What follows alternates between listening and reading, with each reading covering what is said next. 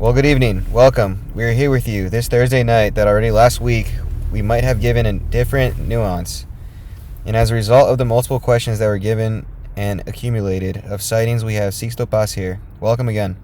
Thank you very much. Very kind of you.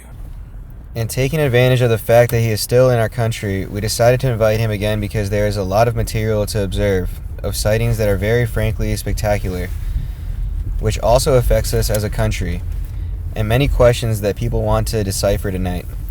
If you want to send a question to Sixto Paz, there's a hashtag to ask your questions. We spoke last week about the importance of Easter Island. You had a UFO sighting that, seeing these images, how was this visit generated and why was this UFO sighting so important that we are going to see in the images? In 2006, the group that I am part of, we received the messages here in Chile saying that we should go to Easter Island to have an experience of contact with them and at the same time to connect with the hidden history, a different story of the planet Earth. And that part of those files with that information are on Easter Island. Then, at the last minute, Dr. Mario Dusuel, the psychiatrist, at that time advisor of the CEFA, joined. From the Commission of Investigation of the Anomalous Phenomena of the Chilean Air Force, he contacted me and told me, Don Sixto, I have found out that you are going to have a contact experience on Easter Island, which is part of the 5th region of Chile. And could I have the opportunity to accompany you? And Sixto said, of course, there's no problem. There are many people who consider that my person, as well as the contact group of which I am part of, that we need a psychiatrist, and urgently. Well, what better if he voluntarily offered to accompany us? He, together with us, since we arrived on the island, we were doing meditation practices that our group does, and we received a psychographic message, a form of psychic communication. You receive the mental wave and your brain automatically decodes it. It's like what a medium does. Yes, but in the case of psychography or telepathy, you are totally aware. In the case of a medium, the person is in a state of trance. So, in the supposed psychographic message of automatic writing, these beings told us what time, on which day, and where on the island these objects were going to appear. They told us at that time that it was going to be at the foot of the Poike volcano, next to the Ahu Tongariki, one of the 250 ceremonial platforms that the island has, where there are 15 statues that have been put back upright in that place. Of course, the psychiatrist, when he saw us receive the message, because it cannot be that easy, it will be real, it will be imagination. The day before the contact experience, we met together with the psychiatrist with the military of the Movavi airport in the town of Hangaroa, and we told them about the experience that we were going to have. They said, well, let's be attentive to the radar screens to see what happens. Usually the UFO is not easily detectable through radar. However, on that occasion, the airport military captured the presence of the same two objects that we observed on the Poike. We were 25 people, witnesses, including precisely the psychiatrist. Everyone saw it. Now, apart from this observation, and when we returned to the airport, the military confirmed us of the appearance that we had had. We go to certain places on the island and we did our practices. The group practices extrasensory perception or remote viewing. You can grab a stone, and that stone that has been part of a wall, part of a statue, and through touch, through dermo skin optics vision, through the skin, you can capture the history of the object, to whom it belonged, who did it, what was the intention, why it was done.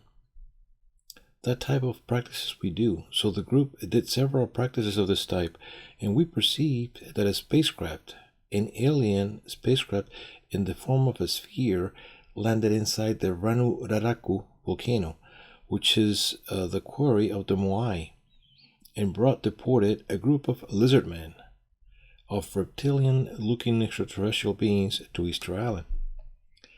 The psychiatrist accompanied us to speak with some Rapanui elders, and these elders told us that their myths and legends, God Makemake created the heavens and the earth.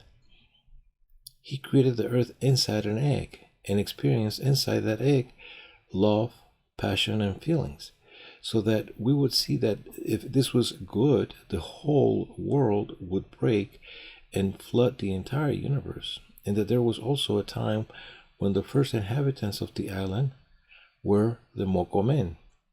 A spacecraft in the shape of a sphere, pearl, landed inside the Ranuraraku volcano. Watching these beings that were deported from the reptilian-looking beings, as the psychiatrist had listened to the group's account, simply by touching the stones, when he heard the account of the Rapa Nui elders, it cannot be possible that this information that they transmit coincides. They had never transmitted it before. They told it at that time and in front of the psychiatrist. So, through extrasensory perception, we could have access to this information. And we had done these practices before. We had been in Israel. We had gone to the Qumran monastery, and everyone touching a wall, the part that is not rebuilt. To do this dermoptic, and the group saw a child dressed in white who was leaving the monastery. 300 meters turned some Bedouins. So I made everyone just spread their hands and feel what it could be. At 40 meters, we felt that it could be that we all perceived. Because when one becomes sensitized, that kind of things happens. We walked with everyone about 40 meters, and the 3 cubic stones were on the ground. So let's see if all this that we perceived was true or not.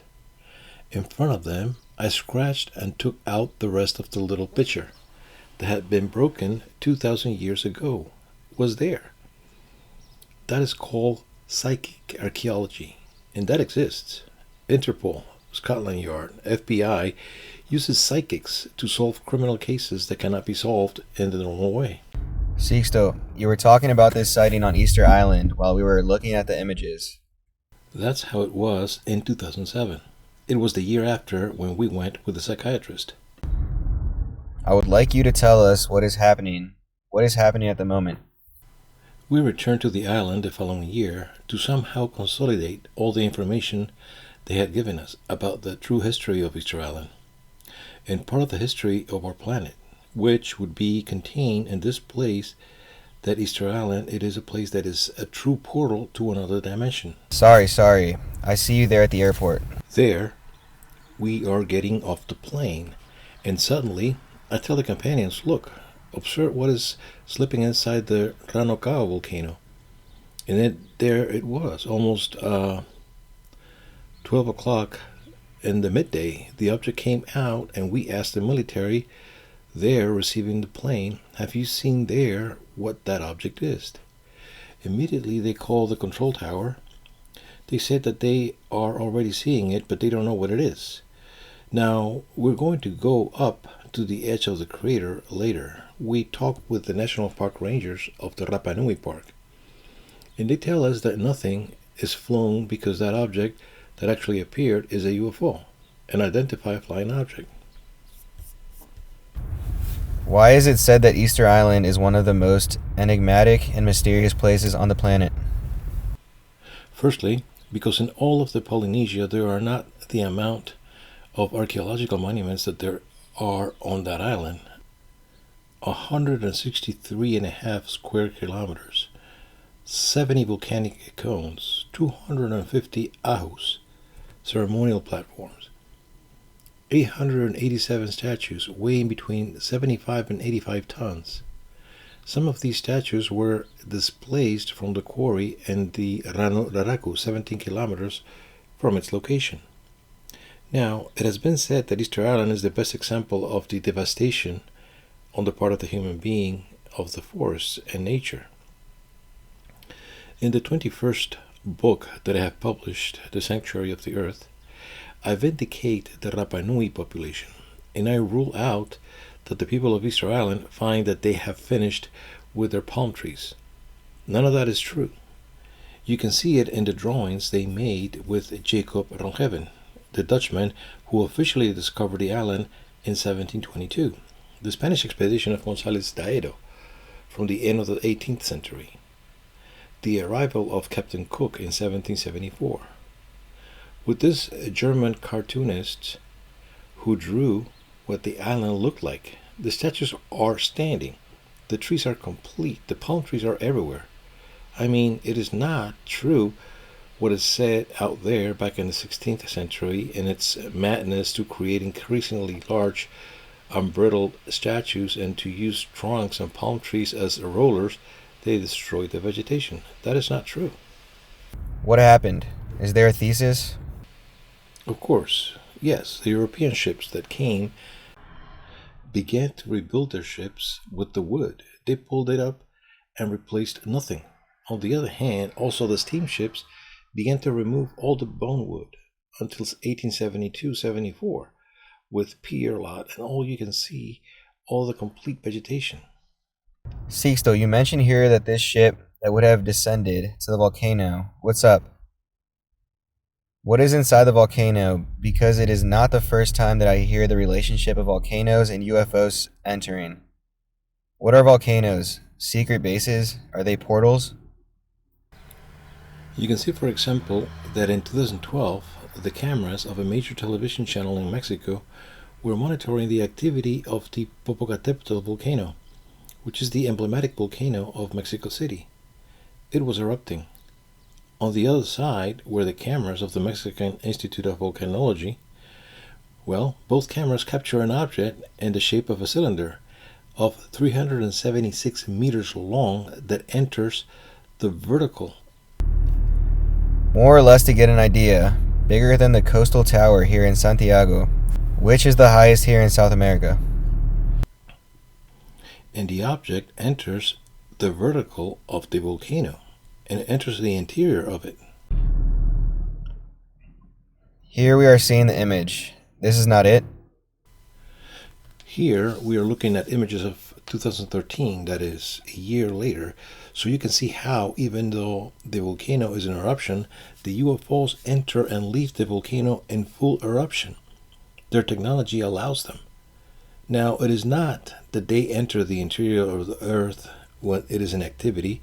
What they do is they take advantage of the energy released by the volcano to open a portal to another dimension.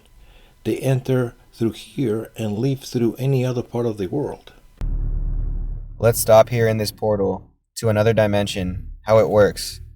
Sometimes in the movies they show a strange space, like a window, something like a frame, where people enter. I tell you a real story, and you can verify it. In 1593, the Spanish soldier Gil Perez was in Manila, taking care of the governor's palace. It was hot. He was in armor. He leans against the wall, closes his eyes, seconds, and at that moment he opens his eyes and he finds himself in the Zócalo square, leaning against the wall of the Viceroy's palace in Mexico City. The other Spanish soldiers approach him and say, "Hey, you, where do you come from? Why is your uniform different from ours?" The Inquisition took hold of him, put him in jail, and he said, I was in Manila until a while ago, and I don't know how I got here. And a few days ago, the governor of Manila was killed with an axe blow in the head. The Inquisition could not find the explanation. They obviously considered the Spanish soldier innocent and did not link him to any act of witchcraft or anything like that, and returned him directly to Manila. We are talking here with Sixto Paz. Do you have a question? Do you have a question? You want to contribute something to the special UFO we have here tonight in True Lies? After a break, use the hashtag SixtoPazMV. We're back. There's a lot of curiosity, many questions. We have a special program this Thursday night with Sixto Paz, who visits us here in True Lies, live and direct at 10:21. We have some questions that have been coming with hashtag SixtoPazMV that you are seeing there on the screen. Let's see one of them. Mr. Director, please. Manu Orellana says, I have information that 1 hour of ours is equivalent to more hours of extraterrestrial life. Do you know anything about it? Well, that necessarily has to do with the speeds that they move in space, but it would not necessarily have to be like that. Mostly, there is a time correspondence unless they move through cosmic folds or interdimensional portals, and they have the technology to locate them or to create them. Also, as Sixto Paz told us, there are more than 60 races, right? That's right. There are 60 different races. There are beings with a reptilian appearance. There are beings with a humanoid appearance, a felinoid, who seem like felines. There are beings with an insectoid appearance. Generally, those who seek the most direct contact with us are the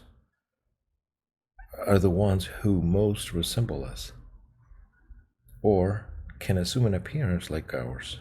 Many times they are not how we are seeing them, because they know that we judge by appearances.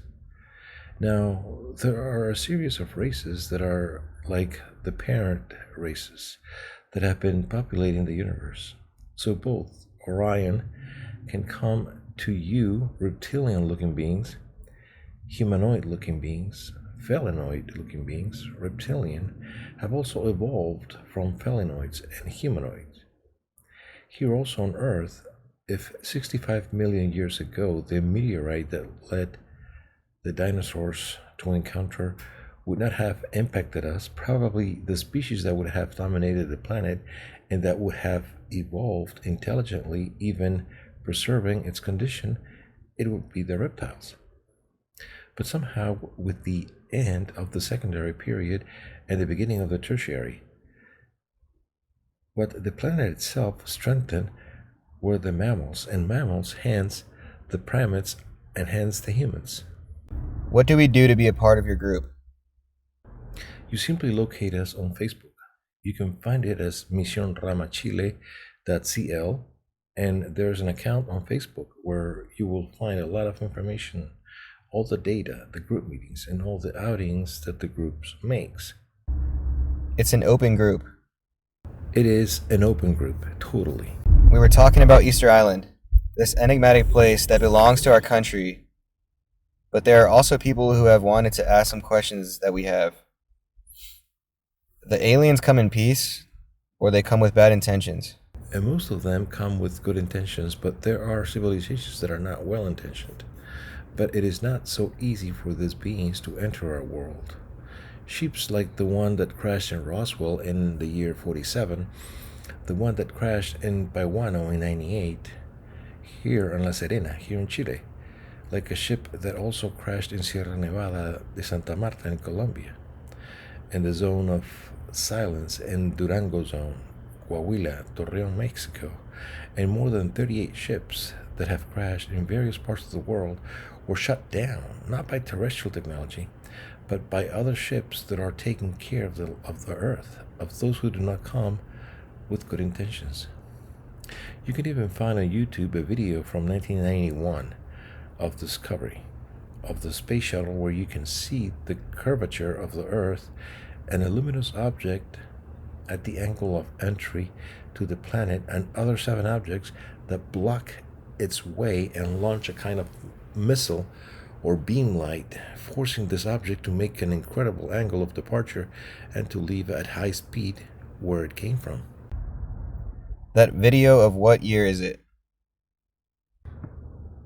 From 1991, and that also reminds us that the sacred scriptures tell you that there is a great violence in the skies. It would be necessary to verify if this object, due to its small size, is not a drone. There's always that possibility.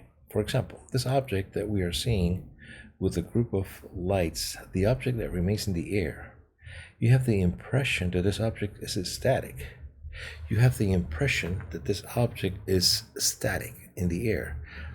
And it is simply waiting for a clue at the airport, and it gives you the impression that the object is static and not moving. But If you are already 5 minutes in the air without movement and there's no noise and everything, we can already be talking about that it is a UFO, an identified flying object. Sixto would tell one of our viewers that not all races come to Earth with good vibes, but there are a lot of races that do. You told us the other day that we are like a kind of experiment of other races who come to attack us, that some come with bad intentions towards us. Well, somehow they are afraid that we could endanger the cosmic order. It's funny why, when I had the opportunity to be interviewed by exopolitics from Sydney in Australia to give them a lecture, take the opportunity to go to Ururu, the second largest monolith in the world, the stone of Ayers Rock, the Anangu, the Australian Aborigines, tell you the story that the Wanjima, the gods of the sky, created the planet Earth, humanity.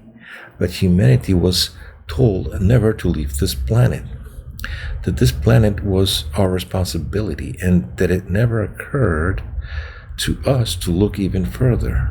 I mean, they wanted to somehow hide from us that there are other realities. These beings are not gods, they are beings like us, so they had us as isolated. Then our planet was selected by extraterrestrial alien civilizations to carry out a sociological, anthropological, metaphysical experiment in which they are trying to extract information. One says, but what could they learn from us? It's like when you go to a lost tribe in the Amazon, you meet people who live like men 50,000 years ago, naked, feeding on the trees, but it is a community that does not suffer from cancer. They do not have diabetes. They do not have bipolar depression problems. There's no suicide. They do not abandon their children, and even less do they divorce. I mean, who have to learn from whom, right? We can always learn from each other. Now, there are images also taken in 2004 by the Mexican Air Force.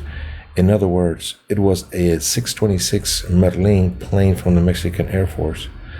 They were patrolling the Campeche area between Mexico and Guatemala, where there's a lot of drug trafficking and many contraband planes. And suddenly, they, with their infrared cameras that report objects that emit heat, they captured 11 objects, one of which was the size of a 15-story building. You can clearly hear the testimonies of the military and everything. And the Mexican Air Force, after an exhaustive study, have the authorization for them to be made known on television, and the military themselves appeared giving their testimony. At first glance, they never saw anything. However, the infrared camera did capture the presence of the 11 objects. Well, somehow they are afraid that we could endanger the cosmic order.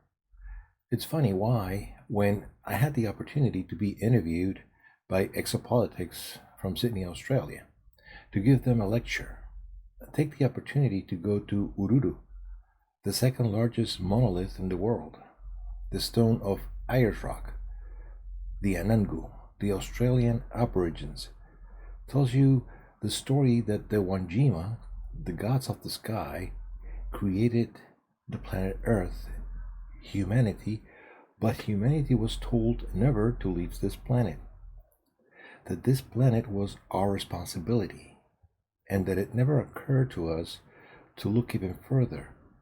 I mean, they wanted to somehow hide from us that there are other realities. These beings are not gods, they are beings like us, so they had us as isolated. Then, our planet was selected by extraterrestrial alien civilizations to carry out a sociological, anthropological, metaphysical experiment in which they are trying to extract information. One says, but what could they learn from us? It's like when you go to a lost tribe in the Amazon, you meet people who, like men 50,000 years ago, naked, feeding on the trees, but It is a community that does not suffer from cancer. They do not have diabetes. They do not have bipolar depression problems. There's no suicide. They do not abandon their children. And even less do they divorce. I mean, who have to learn from whom, right? We can always learn from each other. Now, there are images also taken in 2004 by the Mexican Air Force. In other words, it was a C-26 Merlin plane from the Mexican Air Force.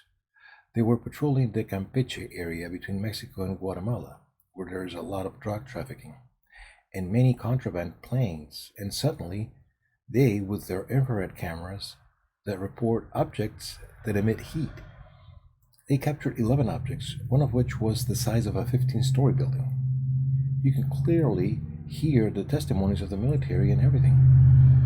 And the Mexican Air Force, after an exhaustive study, gave the authorization for them to be made known on television, and the military themselves appeared giving their testimony. At first glance, they never saw anything.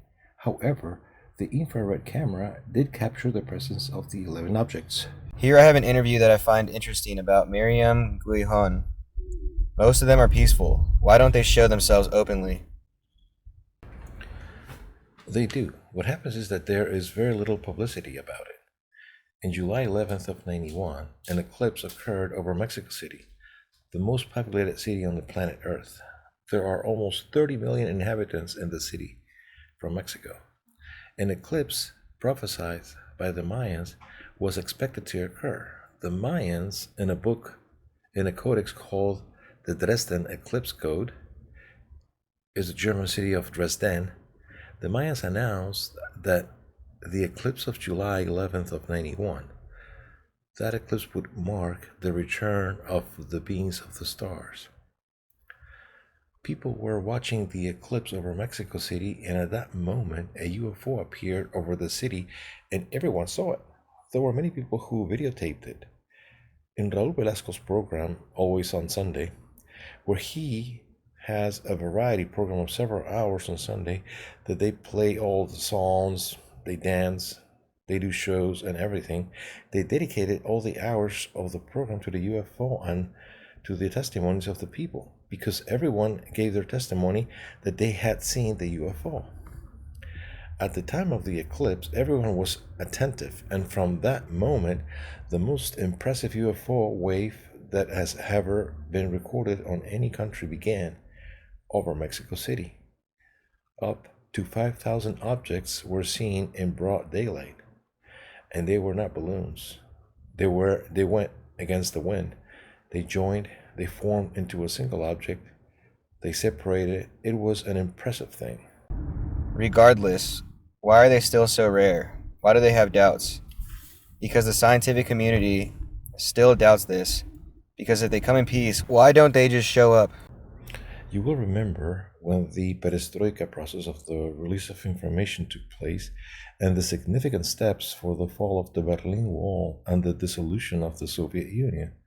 This was in the year 89. The TASS agency, Soviet official, known more for hiding information than for making it known, they reported that a UFO had landed in a public park in a place called Voronezh, 500 kilometers south of Moscow, in 89, more or less November of 89. Then, under the UFO in a public park, some beings of 3 meters high came down accompanied by a small robot that left a strange reddish crystal on the ground. That later it was verified that there was nothing similar here on Earth. So, taking advantage of this juncture of perestroika is that all this information is released, and it had been said that many other similar phenomena had already occurred on other occasions. Get off in a public park, and they left a token of goodwill, a little crystal, like a business card.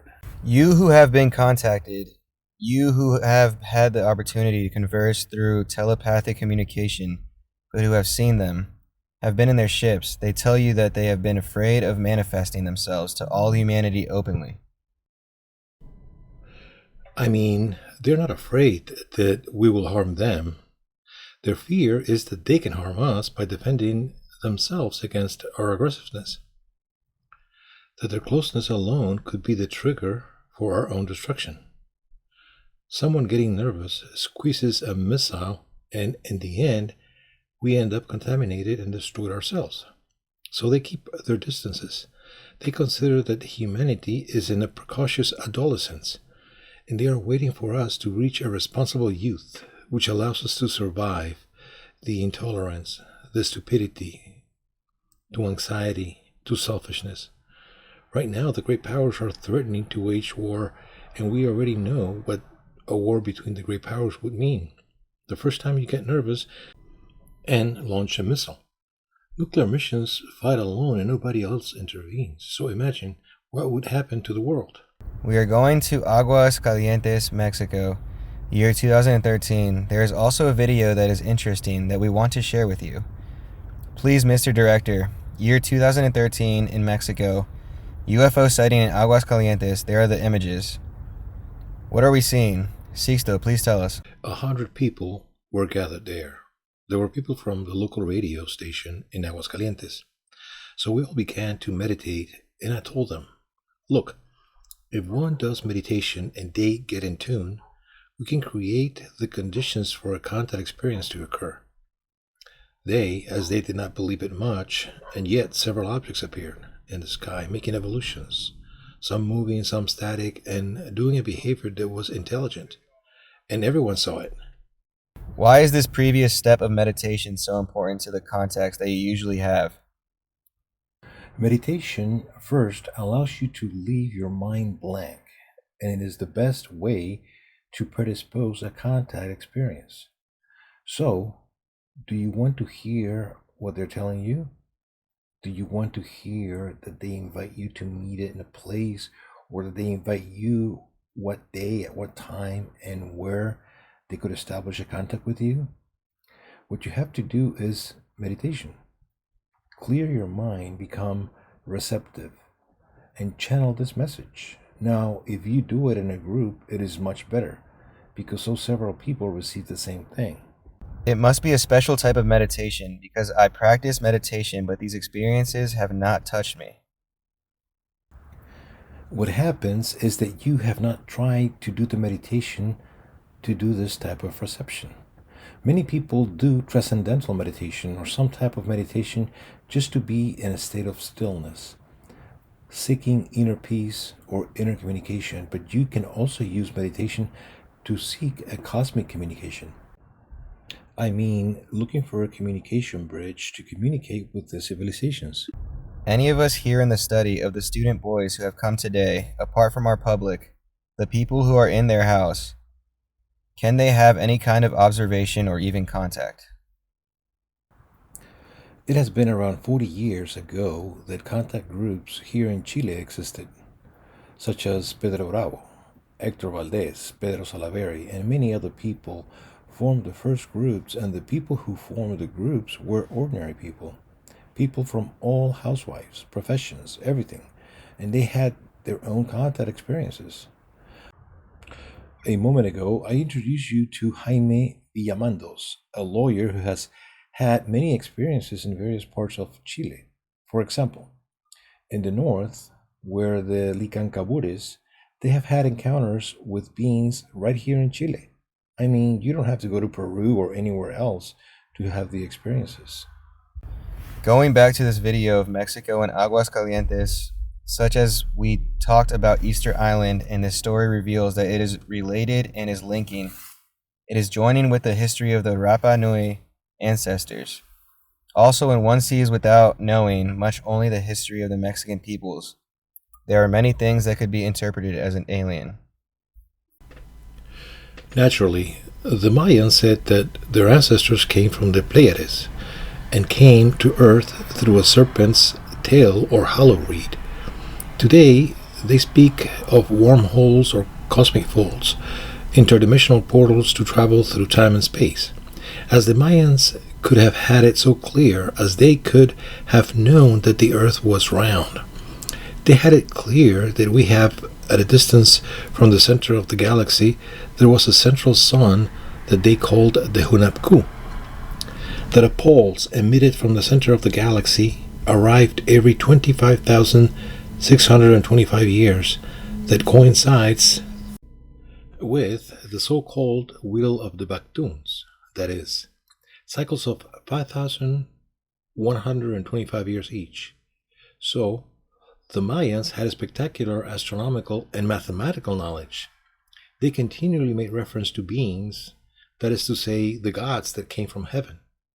It is more. This, the pyramid of Mr. Pacal, that is in Palenque, that was in the era of the 50s discovered by Dr. Ruz there in Mexico. And it is a pyramid built on the crypt of a person. The interesting thing is that the earthenware 5-ton sepulchral that covers the body of Lord Pacal, whether he could not return or did not want to. The point is that the china shows a character in a position like that of an astronaut manning a spaceship. You don't have to have a lot of imagination. The archaeologists say no. What happens is that it was climbing the ceiba, which is like a sacred tree of the Mayans, fleeing in this case the monster of the earth. But none of your turn the position of that character, and it's like a spaceship. It's impressive. Now the common of the Mayans is 1 meter 55, 1 meter 60. The East Lord is 1 meter 74 centimeters, too tall for the ordinary Mayans, but in human form. There are many extraterrestrial civilizations, and it's not that they look like us, but we look like them. So, we are the experiment? We are star seeds. One day our technology will allow us to travel to other planets and accelerate the life process, and when intelligent life arises in those other worlds, for those beings we will be like their gods. Then we will have to make them understand that no, that we are simply collaborators with nature, and we will remain in their myths and legends that the gods or envoys of the gods came and promised to return one day. Already now they are talking about recreating an atmosphere on Mars that allows Mars to be habitable. So it is already talking about how we could rebuild the atmosphere of Mars. Can you imagine what happens when life arises there? What will we say to these first beings that come out of there? Sixto Paz is with us. There's a question that we like to ask you. Come in, please. We have received interesting questions from a child. We will put it here again so you can see it. Look how interesting. A question from this child. Do the extraterrestrials look like insects? Sixto Paz will answer my friend when we come back after a break in True Lies. I have a question. Do aliens look like insects?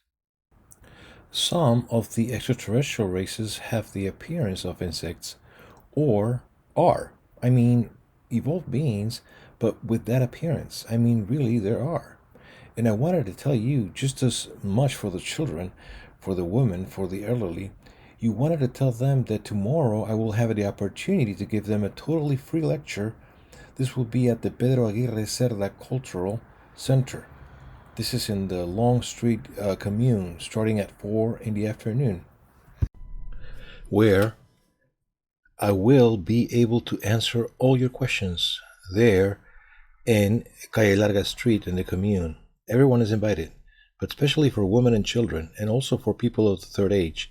And we are going to touch on the subject of true communication, that is, how we can improve communication with ourselves, but also with the universe, how we can develop our psychic potential. That will be very interesting for all you, and also remind you that at 7:30 p.m. tomorrow in the same place, the Aguirre Cerda Cultural Center, there in Calle Larga, we are going to give a free open conference, open to the public, so that all of you can hear the message of the aliens. What message do these beings really bring? We're going to show spectacular images. I want to thank the commune of Calle Larga for making us this invitation for this conference, being given to all public free for all. We can make an advance of what is the message of the extraterrestrials for this talk. Well, firstly, the world is not going to end. Isn't it going to end? It is not going to end. In fact, the world is transforming. It is undergoing a metamorphosis, a great transformation. Now, this transformation occurs every 26,000 years. Every 26,000 years, there's a pulse. Every 26,000 years, there's a pulse. There's an energy that comes from the center of the galaxy that reaches our solar system and is the true cause of climate change. In other words, you are seeing that it's not only climate change that is happening in the world. Seismic and volcanic activity is increasing. A spectacular crack has just opened in Kenya, and it is estimated that it's opening for 5,000 kilometers, and it is going to separate a complete piece of Africa from part of Ethiopia, Kenya, Somalia. They are going to go outside of Africa and they are going to form a new continent. Remember that originally there was a single continent called Pangaea. With time later it split into Gondwana and Eurasia, and later on all the continents that we all know. And they continue to split, and now with all the planetary changes that are taking place, the changes are much more violent. You see the images of what is happening in Kenya, the incredible cracks that have formed, about 15 meters deep, 20 meters in diameter, a dreadful thing. In a while, they can Google and see these images that sound spectacular. This change occurs every 26,000 years, according to the Mayans, exactly every 25,625 years. What happened the previous time that the Earth went through this change? Mammoths were frozen to death, and that which were woolly mammoths were protected from drastic temperature changes. All that time, there was no human civilization capable of causing the greenhouse effect. That is, there may be a new ice age. You have seen the mega storms that have occurred in both North America and Europe that froze the functioning of all these countries and everything. But imagine if this was something permanent. I mean, it can happen, but it does not have to happen. In other words, human beings have unlimited potentials. We are also going to talk about this tomorrow for the elderly, children, and people in general at these conferences. If many people come together with the same intention, we can create a positive collective mental state that we can reverse the planetary future. These are the first messages they gave us 44 years ago. The prophecies are not given to be fulfilled, but not to be fulfilled. As a warning?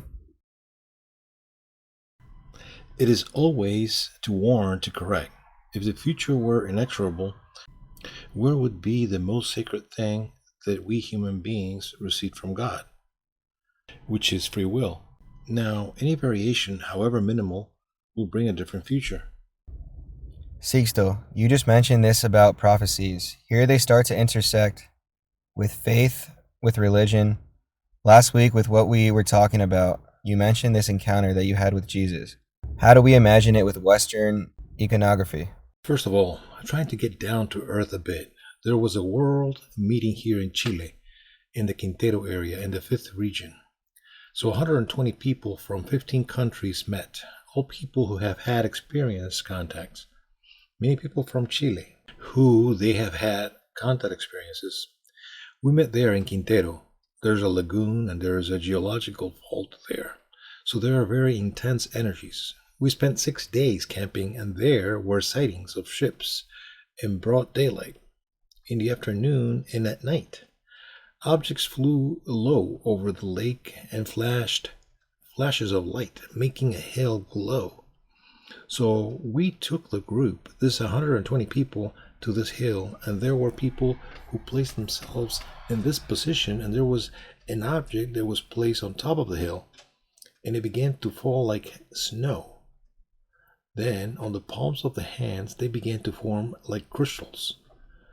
We call this within the contact group cesium crystals. Cesium is an alkaline metal that has a lower melting point than the body. The body is hotter and dissolves in an aqueous medium. The body is mostly water. These crystals, in a plasma state that can be seen and felt, are incorporated into the body and form a kind of a chakra or additional plexus, allowing you to really channel much of this radiation of energy that is coming from the center of the galaxy as a result of changes and mutations of the end of the cosmic cycle. Well, people lived this experience with complete clarity, and while people were receiving this, a being of more than 2 meters tall, dressed in white, appeared, walking around all the people, and people did not react. Said an alien, and 120 people, or most of them, witnessed the presence of this being there. This being has told us to prepare ourselves because an experience of Sendra, a dimensional portal, was going to take place. That is, since the contact experience began in the year 74, the ships choose certain places where there is a crossing of energies of very powerful lines of the Earth and act as a space of energy bombardment that makes a dimensional portal open. What you usually see is a distortion, as if it were a mirage. If you see it during the day, it is like a mirage. It is a shine, and it is like a mirage. Now you go through it, and you can appear from the other part of the universe. It is incredible, and there's no time correspondence between what you live there and the time that happens here. At night, what is usually seen is a luminous dome, that is, a golden crescent that pulses, or just a grayish dome, that is. The experiences can be at different levels. In the year 74, we lived that experience, which allowed us to reach Ganymede, one of the 16 moons of Jupiter, and other companions, even Apu, 2 planets of the star Alpha Centaurus, at 4.2 years away. Those experiences were published in the first book by Juan Jose Benitez, UFOs SOS to Humanity, of the year 74, and 3 years later was the experience of Corporal Valdez. I don't want to get lost with the subject of Jesus. That experience was already replicated many years later there in Quintero. That is, this Sendra was going to be formed. They warned us that we prepared to live the experience. Then 14 people were selected from the 120 people that we were, because only 4 would have the authorization to enter the dimensional portal. So 14 people were selected. I did not include myself. I put other people there for them to live the experience, because I have had already similar experiences, so what for? Then, as it was not seen that the luminous dome was materializing anywhere, I made the whole world spread, and we began to meditate. So there was a moment in which I was next to the lake, and I had physiological needs, so I had to go pee. So I went and got inside some trees, and suddenly I found the luminous dome. It was like a half moon between bright and purple. At that moment, I wanted to turn around to look for all my companions to tell them, hey, here it is. And at that moment, a very thin, copper-colored being of 1 meter 90 comes out, without hair, with small eyes, a small mouth too, as if it were another phalanx in the fingers and everything, with a light suit, and he mentally told me to accompany him. Then I had no choice but to follow him. Then inside the Sendra, you feel the sensation of dizziness, of weight loss. You feel that your whole body burns, and suddenly, almost instantly, you appear in another place, in another reality. So occupying about 15 to 18 times the horizon in relation to what you would see the sun was the planet Jupiter. And you were on a plain, in the background, some mountains. In the background, structures in the form of domes. They have controlled the atmosphere only around their cities. So we have been walking with this being. He took me to a house in the shape of a dome, and he told me that we had to wait for authorization to approach a kind of a main dome. So we were there, and then entered a sphere. We called it Canepla, or Foo Fighter, which is like an alien drone in the form of a sphere, like an electronic eye. He entered and told him that we were already authorized, and from there we have been going out towards a gigantic structure. We have entered, and there was like a side ramp that went up to a room like events. There were quantity like works of art made like metal that really looked like recreations of the solar systems and the same universe, really like an exhibition hall. and in the background there was a person dressed in white, thin, about 1 meter 80, long hair but not blonde, but a long dark hair, clear forehead, aquiline nose, and skin tone was not white, but it was like that of the Arabs. And I obviously began to feel a tremendous emotion. I did not know who this person was, but I began to feel something but extraordinary. And skin tone was not white, but it was like that of the Arabs.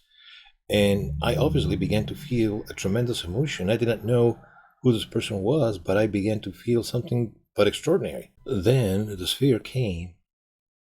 I first approached this person, and then this other being approached, and there came a time where they already told me to approach. Then, when I approached him, he extended his hand. The tunic that he had was gone, and at the height of the wrist, not on the palm of the hand, at the height of the wrist, it had like a keloid, a scar that was pink in color, and there was a glow, and I could see him. I touched his hand, physical. It was not a hologram projection, it was physical. His hand was rough, like that of a person who has worked with his hands. I don't know how he answered me, if it was mentally, if I understood him. I don't know if by work of grace. I don't know how it was, but I asked if he was the person that I thought or consider him to be, and he told me, "What does your heart say?" My heart is in my throat now. So I asked him what he was doing there. How had he been there? And he told me that about 40 days after he was resurrected, they really took him away on a ship. And indeed, he resurrected. Now, he is not an extraterrestrial. He is a terrestrial extra, which is different.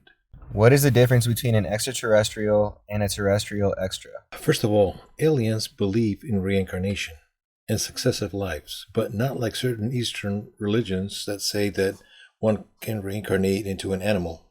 According to them, there is no involution, no regression. Nobody is sent back to elementary school because they did bad in college. That is, one has to repeat the degree, the year, as many times as necessary to pass to the immediately higher plane.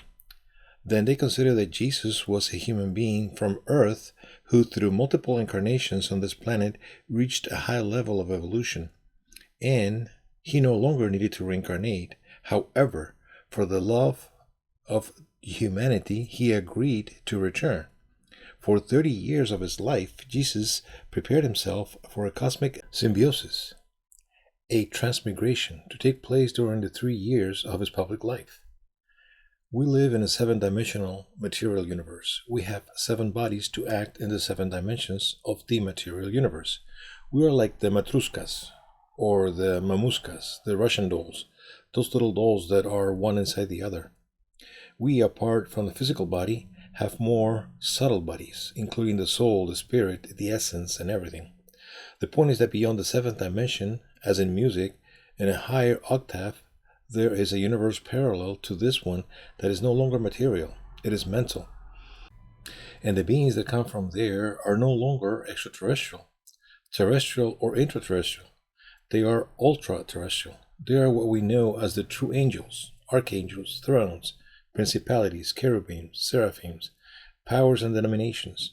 And there was a group of extraterrestrial beings who had been the true creators of the material universe on behalf of the essence of God, as we want to call him. These beings are called the Helel, the resplendent ones, the sons of God. In this case, they would be the archangels. One would be Michael or Michael, another Lucifer or Luzbel. They would be the true creators of the material universe. An 8th, 9th, and 10th dimension would correspond to this mental universe. And there would be, from the 11th dimension up, a 3rd universe that would be spiritual. That is, the spiritual universe created the mental universe. The mental universe created the material universe. And this material universe has had multiple creations. This is not the first, nor will be the last one. Now, it's curious why quantum physics is currently showing the existence of parallel worlds and dimensions, multiple dimensions. Sixto, you are relating that you had this encounter with this being. It gives the feeling that it was Jesus. The impression that I have and what I perceive of who is the teacher Jesus. It shows you the wounds of the crucifixion. Some scars, but on the wrist, not on the palm of the hand. This first being that takes you. This being is called Mardox, from a planet called Silox. Why are they taking you into the presence of Jesus? Because they took you, only you. They did not take me alone. In the end, we were 4 people who had the same experience. But because they take you before him, what was the meaning? Well, first of all, because within what would be the sacred history or what is mentioned in the Bible, there is continuous reference to the presence of these beings. In the Bible, we are told that Moses climbs the top of Mount Horeb in the Sinai and has a close encounter with the Shekinah. The day like in a cloud, at night like a fiery torch. And the book of Exodus says that under the cloud was a sea of bronze and glass. That is, the cloud hides a metal object that had windows. Because people could not really see the ship, it was hidden in this camouflage, like this cloud. Because if people had seen what shape the ship had, today we would have that the altars would have the divine shape of God in a flying saucer. And to avoid that phase and the association, on the one hand, it is said that Elias was snatched by a chariot of fire in front of an eyewitness, his disciple Elisha. Why doesn't the Bible say it was a flying saucer? Because they were not technical terms that were not used at that time. Ezekiel describes the glory of God descending before him on the Kebar River during the captivity of the Jewish people in Babylon. And Dr. Joseph Blumrich, NASA's advisor on spacecraft designs, designed as the object described in it should have been on the book of Ezekiel. And it is a type of ship with a vertical takeoff command module. And the most curious thing is that the design made by Joseph Blumrich, and then in 1991, the same object was seen in Mexico and also in Portugal. But because they take you before him, what was the meaning? Because there is a connection within what is the cosmic plan. That is, why the Earth has been chosen. We were selected as a planet to learn to love and to teach to love. Then Jesus came to remind us all, including aliens, that love is the most powerful force in the universe, that he is even capable of overcoming death. Death does not exist. Death is like the final exam at the end of the school year. If you studied, you would have nice vacations and you are better prepared for the next year. Now Jesus is resurrected, and there is a scientific proof of his resurrection. That is the Holy Shroud of Turin, that it is false, that it's false. It is among the few true things in our world. NASA and the Brooks Institute and Lotec came to the conclusion that the impression of the image is by radiation of light energy, is a radioactive impression, and the most interesting thing is that the 2 leptoin coins appear on the islets that have just begun to circulate 3 years before Jesus was crucified, and one of the coins is from the same year he was crucified. Why, that year the coin was rolled in honor of Livia Julia, Tiberius' mother. It came out with a crackling arrow, a flipped letter. The coins that appear printed on the sheet and was covering the eyelid, the letter was flipped. There were also coins that had a very short time circulating. Sixto Paz with us. We still have space for questions through the hashtag. The encounter with Jesus. The nature of his existence. What is the message he is leaving us? He is really supervising which extraterrestrial civilizations who we sometimes mistake for angels and give us a hand, whether they help us or not, really interfere with the evolutionary process of humanity.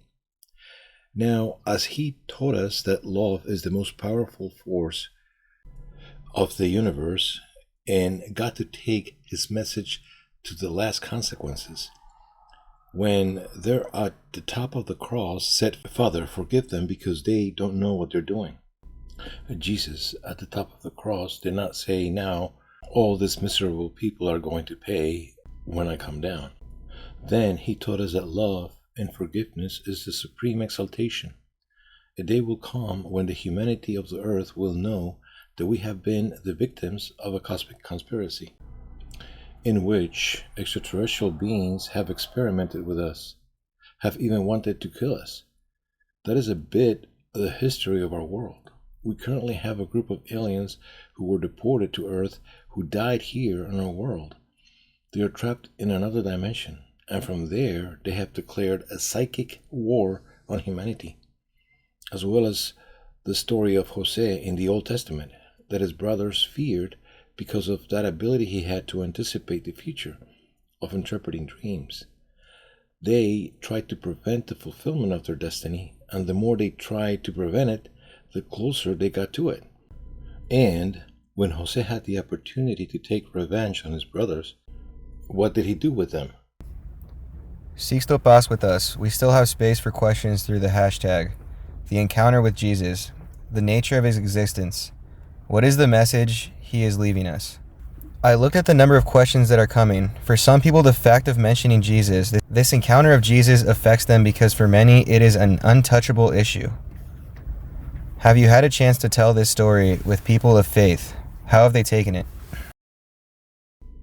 Within our group, we have several Catholic priests, some of them already quite old, and they totally agree with many of the things mentioned. I'll tell you that I was in Seville, in Spain, and a doctor who is the doctor of a cloistered monastery told me, do you want to meet the Mother Superior and everything? We went, and behind some colonial bars were the Mother Superior and two nuns, older too. And the doctor told her Mother Superior, here I present my friend who has had the experiences of contact with aliens. Then the Mother Superior said, that is interesting. I congratulate his experiences. And behind the nuns appeared a very old, bent nun with the blue leather apron and with the sleeves rolled up, saying, where is the extraterrestrial? Where is the alien? Then the Mother Superior said, no, Sister Perpetua, it is the Lord who has had contact with the extraterrestrials. And the elderly nun said, I am convinced that this is true, that we are not alone. An old woman, a nun from a cloistered convent in Spain. What happens obviously is that they cannot say many things, but there are priests who are more than convinced of this other reality. They ask, does the conception of Jesus in the story of the Star of Bethlehem have to do with an extraterrestrial encounter and a superior plan? Of course, yes. Look at chapter 2, verse 9 of the Gospel of St. Matthew. It says that the Star of Bethlehem led the wise men and stopped at the place where the child was born. Since when can a star be seen indistinctly by day and by night? And even less can it stop at the place where he was born. Now, Jesus was not born 2018 years ago. There are 7 years of error in the calendar. In the 8th century of the Christian era, the Emperor Carlo-Magno decided to modify the calendar that until then was governed by the founding of Rome. He said, no, I want it to be from the birth of Jesus, but no one knew when Jesus was born. Historiographic investigations were made, and it was learned that 200 years before Charles the Great, Dionisio the Mere, a monk, had discovered when, according to the foundation of Rome, when Herod the Great had died. Herod had died 4 years after Jesus was born. 4 years of the date were not taken into account. But Herod's death, there was already a 4-year error in the 16th century. Pope Gregory made another modification to the calendar to introduce leap years, and the margin of error did not decrease in 3 years. It increased in 3 more years. Therefore, we are not in the year 2018 after birth of Jesus. We are in the year 2025. And it is interesting because in Peter's letter, he says that for God, one day is like 1,000 years, and 1,000 years like one day. Since Jesus came to date, 225 years have passed, and we are already in the third millennium. If for God 1,000 years are like a day, and a day like 1,000 years, we are already in the third millennium, the third day. When people talk that the 3 days of darkness are coming and that there is going to be a catastrophe, it is simply an error of interpretation. What is being talked about is these 3 millennia of darkness in which humanity has lived. And now, that information is beginning to be released everywhere. It is precisely the end of all this that had been hidden from us, being in the era of accord. Everything comes to light. Everything is known. Sixto, if this is what you tell about the difference of years, that is not 2018, but it is. Nor was he born on December the 25th. Sure, wouldn't that ruin the story you told us a moment ago about the coins that appear on the Holy Shroud by the date they were cradled? No, because precisely all these alterations of the calendar are taken into account. Perfect. With that new measuring mechanism, here they also tell us, would the angels also be extraterrestrial? Angel in Greek would be messenger. In Hebrew, malach or malachim, the hidden, the incomprehensible side of God. Then it was incomprehensible how these beings could come from the sky, go up, go down, and the behavior that we find in the angels in the Bible is very curious. Chapter 6 of Genesis says that when man began to populate the earth, they begot daughters, and seeing the sons of God, the angels of heaven, that the sons of men were beautiful in their eyes, they took from among them as many as they wanted and procreated. The ancient heroes of yesteryear. If someone had gotten the idea that all angels were immaterial beings with a girl's face and wings on their backs, they're totally wrong, because the same Bible tells us that sometimes they behave like sailors in a distant port and leave the family spread. You ask here other episodes of the Bible like Noah's Ark. Do you have any explanation from this point of view? Let's remember that many of the things that are mentioned in the Bible were taken from the Sumerian myths. Remember that Abraham was born in Ur of the Chaldeans, that is, a city with a very ancient history of Sumerians. So many of these myths were taken from the earlier towns or peoples. But what if the myth of Noah does not refer to the legendary Atlantis? When Hernan Cortes arrives at the court of Montezuma, the king of the Aztecs, receives him and tells him, "My great lord Quetzalcoatl, as you all know, we Aztecs are descendants of the ancient Aztlan, a continent island beyond the seas where the herons take flight at dawn." That is, it does not refer to the Nayarit, but to the east. So what happens if somehow all the peoples remember the existence of Aztlan or Atlantis, a place from where somehow a group of mestizos were reunited between aliens and human beings from Earth, and that unfortunately they misused the knowledge of technology received? What is psychic warfare? These entities that are not physically here are trapped in our world. They died here and cannot escape from here.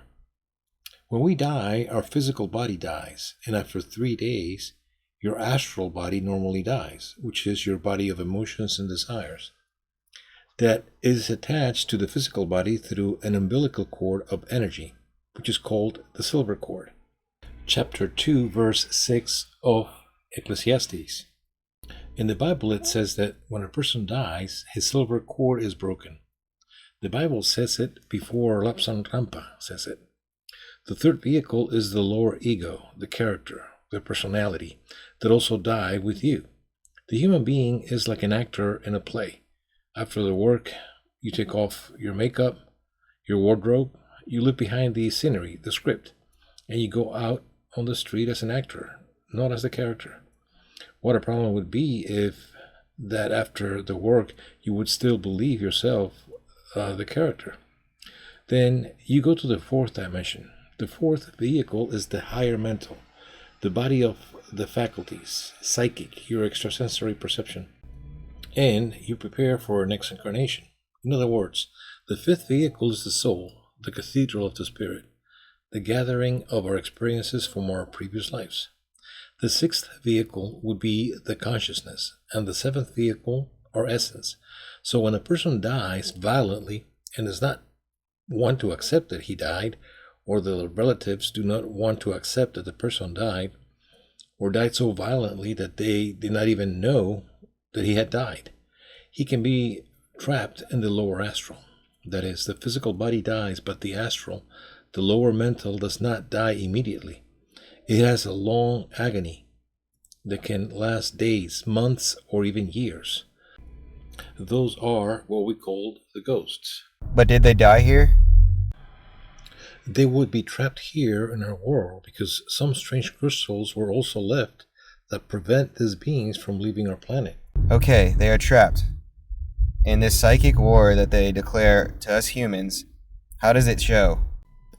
They manipulate weak people, weak of character, of will, and place these people in politics, in religion, in the economy, in military commands, in fashion, in music. That is, there are like 300 families, like 13 clans of people who are at the service of these entities. And it is they who, in exchange for power, and in exchange for all kinds of luxury, fame, and everything, somehow control this planet on behalf of these beings. They are people who have somehow sold their souls already, and then these people don't mind leading the world towards self-destruction. That's why they threaten nuclear weapons and all that, because somehow they are working for those dark forces. Now, just as there is a negative internal government of beings that physically manipulate a part of the humanity, they cannot manipulate us all because they are not alive. There's also a planetary positive secret government. Thousands of years ago, an interplanetary peacekeeping force made up of 32 extraterrestrial beings from 32 different civilizations landed in the Gobi Desert in Mongolia, and they founded the mythical Shambhala, the capital of Agartha Kingdom of the interterrestrial world.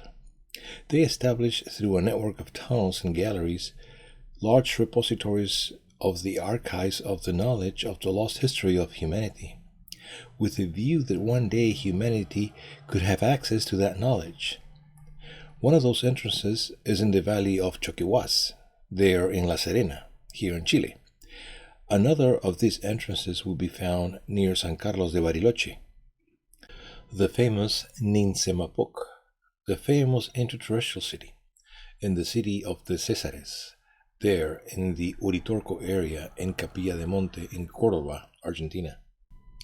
In the late 19th century, Nicholas Roerich, a Russian explorer, came into contact with the people of Shambhala, and they showed him one of those crystals that are what hold these entities, who are trapped in our world, the so-called Chintamani stone. Then they showed it to him here in the Himalayas, in a network of tunnels, that is. The aliens say that the earth is not hollow. The pyrosphere, or the variosphere, which is the incandescent core of the earth, is not an interior sun suspended in a vacuum, and that there is a civilization in the internal part. No, because, but what was the source of the volcano magma? What they say is that between 4 and 20 kilometers deep from the earth, there is a network of tunnels and galleries that cross the entire planet. To Rafael Calderon, a friend of ours from our group there in Ecuador, he has had the opportunity to repeatedly go down to the interior more than 100 meters in free fall into the Cave of the Tayos in Ecuador, in the area of the Coangos River, and explore a good number of kilometers through this network of tunnels and galleries, and meet beings up to 3 meters high, there in the interior of the Tayos. Now, the most interesting thing was that the priest who really knew about that cave was Father Salesiano, Father Carlos Crespi. In the 1920s, he was sent by the Vatican to acquire archaeological pieces to send them to the Vatican Museum. Now, of every 3 pieces that the father bought from the indigenous who took them out of the interior of the Taos caves, one would send it to the Vatican, another one would sell it, and another would keep it, but without the Vatican knowing it. Now, the one he sold, he used it to build schools for children, orphanages, hospitals. He did a lot of things. And the piece that he kept was to create a museum for Ecuador. That all his cultural material was not lost. Today, Father Crespi, a father considered a saint in Ecuador. Within the pieces that were extracted from the interior of the Cueva de los Tallos, there are some gold plates with some strange ideograms or symbols, which is very similar to the Gregorian chant. So, as Father Crespi was an expert in music, he saw that these symbols were like modulating the voice, and that by singing what was on these plates, they would allow you to enter a state of consciousness and allow you to come into contact with the quantity of information that it is recorded in the Akashic record with the planet. And the piece that he kept was to create a museum for Ecuador, that all his cultural material was not lost.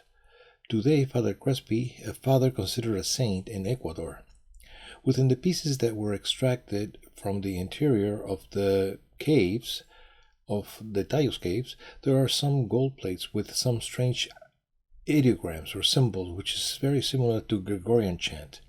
So as Father Crespi was an expert in music, he saw that these symbols were like modulating the voice, and that by singing what was on these plates, they would allow you to enter a state of consciousness and allow you to come into contact with the quantity of information that is recorded in the Akashic record with the planet. And the piece that he kept was to create a museum for Ecuador, that all his cultural material was not lost.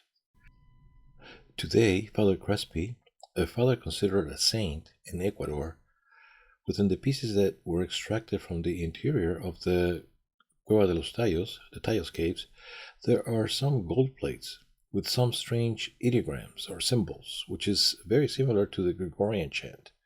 So as Father Crespi was an expert in music, he saw that these symbols were like modulating the voice, and that by singing what was on these plates, they would allow you to enter a state of consciousness and allow you to come in contact with a quantity of information that it is recorded in the Akashic record with the planet.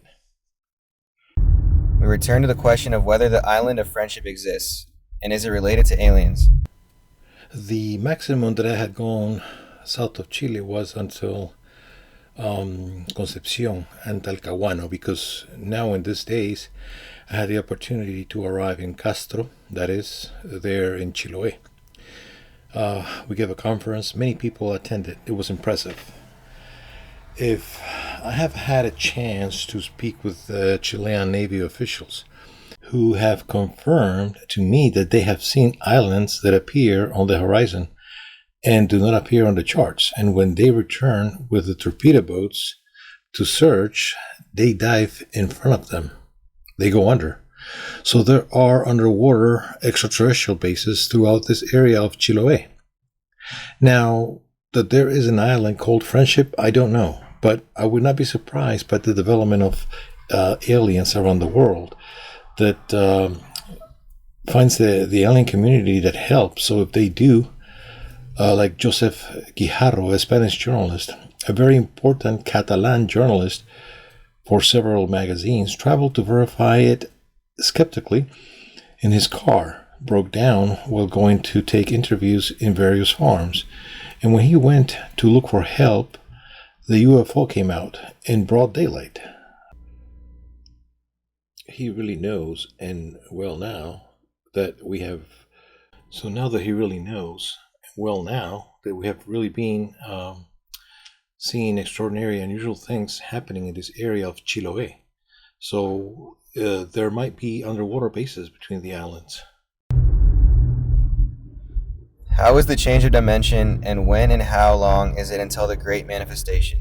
our guest tonight, Sixto Paz, about this crack that opened in Kenya. Well, first of all, the Mayans in the Chilam Balam de Chumayel, in the book of the fortune teller, of the witch Hawar, or the things that are about to happen, or to happen, they had prophesied that on December 21st of 2012, according to our calendar, there would be the tuning of time, or the synchronization of times, that is.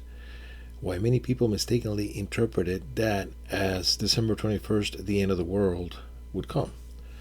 They never spoke of the end of the world. What they were talking about was the end of a cosmic cycle. Nothing else. And the beginning of a new cycle. Then, it was the moment when that pulse would arrive with the greatest force. That energy, that radiation of violet light from the center of the galaxy, and that would accelerate mutations.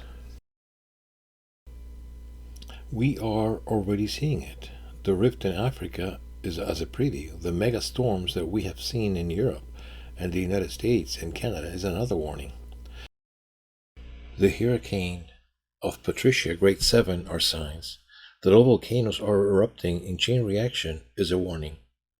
Now, it does not anticipate the end of the world. It is simply a metamorphosis, a change, a transformation. Can we make these changes less traumatic? Yes, but we need to unite many people with the same intention to create that positive collective mental state. The human being lives unaware of the unlimited potentials he has. But really, when people unite with the same intention, nothing is impossible. I cite a case that I had mentioned in the previous program. A hurricane was coming directly against El Salvador, and CNN had already calculated how many people were going to die from that hurricane. Then, President Don Antonio Elias Saca joined all Salvadorians that they all held hands regardless of their religious beliefs, and that all pray for the country, and the hurricane stopped and turned on itself in 2005 and changed course and went to Guatemala, but did not reach El Salvador. So things like that happen when many people come together with the same intention. Juan Andres Salfate joins this conversation with True Lies. Very much, brother. We know each other very well and for so long. How are you? We were talking about many topics here. People were asking, and I know that Juan Andres is also a great connoisseur of this topic, and he also has questions that you want to ask Sixto. Please. One thing I wanted to ask you for a long time, even what we come to understand about what you also informed us in your talks. The presence of the extraterrestrials, the Elder Brothers, who have made some support of cultural evolution, a kind of accompaniment, very subtle, very diplomatic. My question is, could they, in view of the fact, as a product of human stupidity reaching its maximum level, as the last sayings of the current President of the United States, Donald Trump, that someone wanted to start a third world war, understanding the tremendous disaster that this would imply, that there was a direct intervention getting out of the state of non-coaxial on the part of the aliens and putting a stop to all this because the effect would be disastrous? Yes, they would. Has there been any direct intervention by them at some point in the history of these entities without this humanity being aware, but only those involved? Hey, let's stop here, because this is terrible. To its leaders. Have you had the opportunity to have encounters?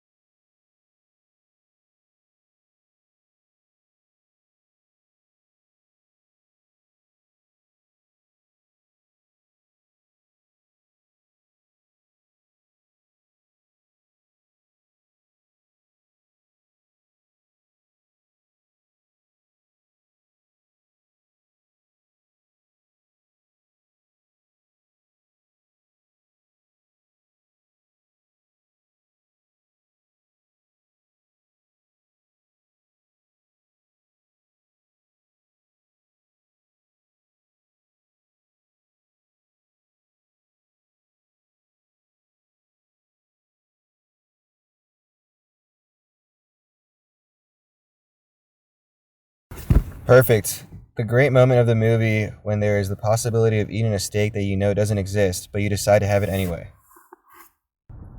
Regarding the Jesus issue, if this could not be revealed, why would it somehow drive the church out of its dominance over cultures? We are going to review some images, and I would like us to rule out whether they are real or false, because we also have the over information. What we are seeing is a UFO over the Temple of the Rock in Jerusalem captured in 2011 that attracted the most attention due to the clarity of the image. Because of the place where it occurs, what does Sixto Paz say? That is false. Why? Because it is heard. I mean, in the original video, you hear the impressions, the emotions of the witnesses, and they do not correspond to the event they are looking at. I mean, the reactions are, oh, how nice and everything. Also, in the Mosque of the Rock, there are Israeli guards, the Palestinian guards. Therefore, it is false. By the law of physics that one knows.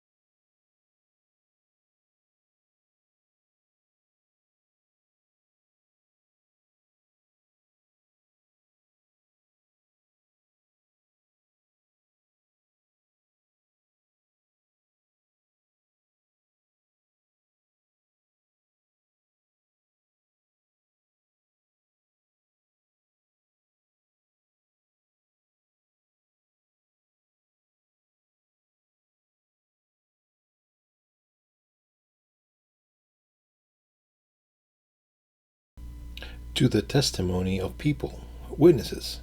A1. Why? Because today you can do anything with images. So, to return to the testimony, for that, when we began with the contact in 74, they, as evidence, always gave us the ability to invite journalists to meetings scheduled in advance.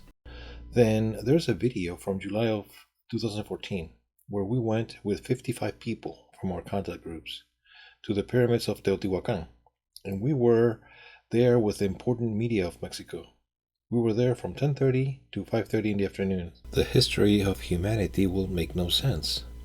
But now it all ends. They told me that 1200 million years ago, the planet Earth died, product of the impact of meteoric rain that wiped out life on the planet and wiped out the Earth. The Earth became puree. It became dust. I mean, the Earth disappeared. Now for the aliens, the time in the universe is like an ascending spiral. In one of the curves of the spiral, the Earth died, and the universe continued. Then, a group of aliens received authorization from cosmic hierarchies to travel through time and space and come to Earth before the Earth died, and prevent it from dying, thereby creating a paradoxical alternative time that has been twisting with the real time of the universe. According to the aliens, they told us that we live in a virtual reality, in a large-scale simulation, which allows those beings to enter our reality and leave our reality, for which they move through the dimensions. Now, what scientific proof could there be to justify what I'm saying?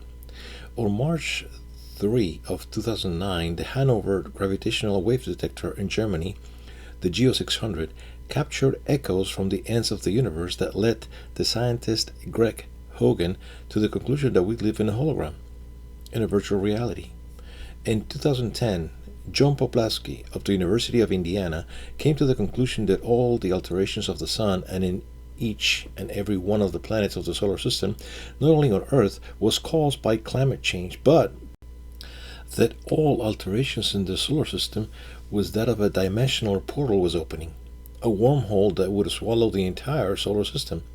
Then, in February of 2014, Michio Kaku, this American scientist with Japanese parents who has a television program there on the Discovery Channel, declared that quantum physics would be confirming that we live in a hologram, in a virtual reality in a large-scale simulation. That is published in a book in 1986 based on the experience of the contact that we had.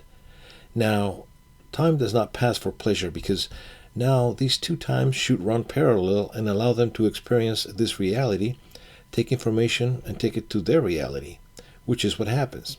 As they interacted more than it was expected when they fought for us, there were some who made themselves worship as gods and took entire towns as their particular fiefdom or feud.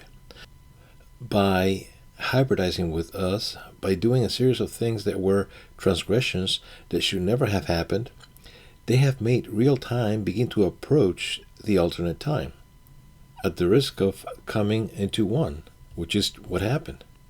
That is why the Mayans in the Chilam Balam de Chumayel prophecy, the turn of time or the synchronization of times, the Aztecs had the idea that the time in the universe was like a serpent with two heads. At the end of times, one head would be eating the other one, but which one? So the group of extraterrestrials who were afraid that humanity could put their own existence at risk and wanted to stop this from happening, in the end, all their nightmares came true. Why? Because they managed to get real time together with alternate time, and a third time emerged. For us, things have not changed much. As of December 21st of 2012, because they have already changed from before. For those who have changed things, even retroactively, it is for the aliens. We have changed their history. So much so that we are making them forget the before, during, and after the cosmic plan. That is why they have left the memory of the universe engraved in the human DNA. You know that 3 to 4% of human genetics material is your genetic inheritance, and the other 96 to 97 remaining, until recently, it was thought to be junk DNA. It was useless, but Nick Goldman of the European Institute of Bioinformatics announced that synthetic DNA had been developed, and that in the synthetic DNA it had been possible to record up to 100 million hours of high definition. If that could be recorded in synthetic DNA, what could be recorded in natural DNA? And Russian scientists considered that 97% to be recordable or rewritable. So we are the memory of the universe. So now they are protecting us because we are going to allow them to remember and engage in this new reality. We are going to review some images, and I would like us to rule out whether they are real or false, because we also have the over information. What we are seeing is a UFO over the Temple of the Rock in Jerusalem captured in 2011 that attracted the most attention due to the clarity of the image. Because of the place where it occurs, what does Sixto Paz say? That it is false. Why? Because it is heard. In the original video, you hear the impressions, the emotions of the witnesses, and they do not correspond to the event they are looking at. The reactions are, aha, oh, how nice, and everything. Also, in the Mosque of the Rock, there are Israeli guards, the Palestinian guards. Therefore, it's false. By the law of physics that one knows. What Sixto says is true, and unless it is a concerted sighting, there is generally more than one record, and not just one, when there is something more powerful that is above the city. Let's see the next video. This one happened in Guatemala. This is about the Temple of the Jaguar in Guatemala. This video broadcast on social networks shows the flying object launching a vertical ray towards the Temple of the Great Jaguar located in Tikal. There we are seeing the image. Of course, as in Jerusalem, there it goes fast into the sky. There we can see these images of this UFO record. It is not usual. It is a cover-up.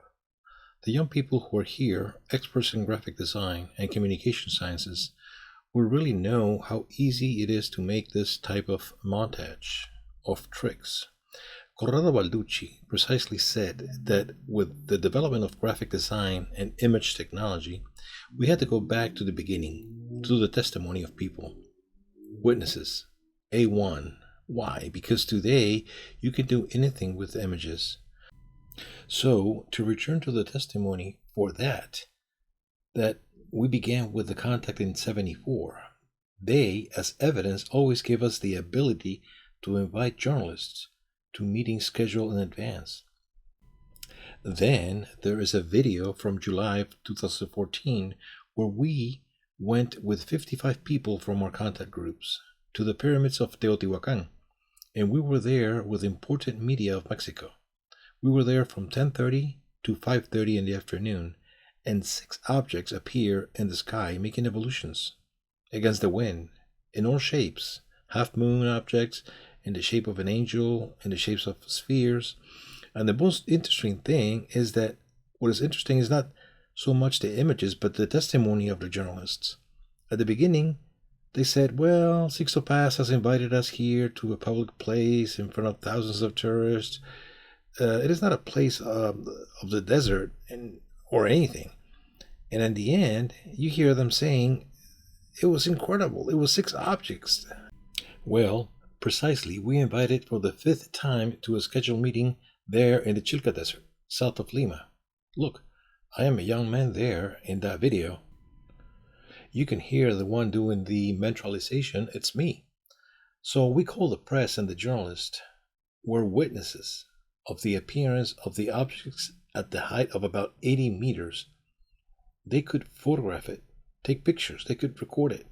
Journalists such as Leticia Callava from Channel 51 in Miami, Jose Gray from Channel 23 of Univision, Beatriz Parga of the Miami Herald, and all of them attest in the video that they witnessed the appearance of the ship. So, this video is true.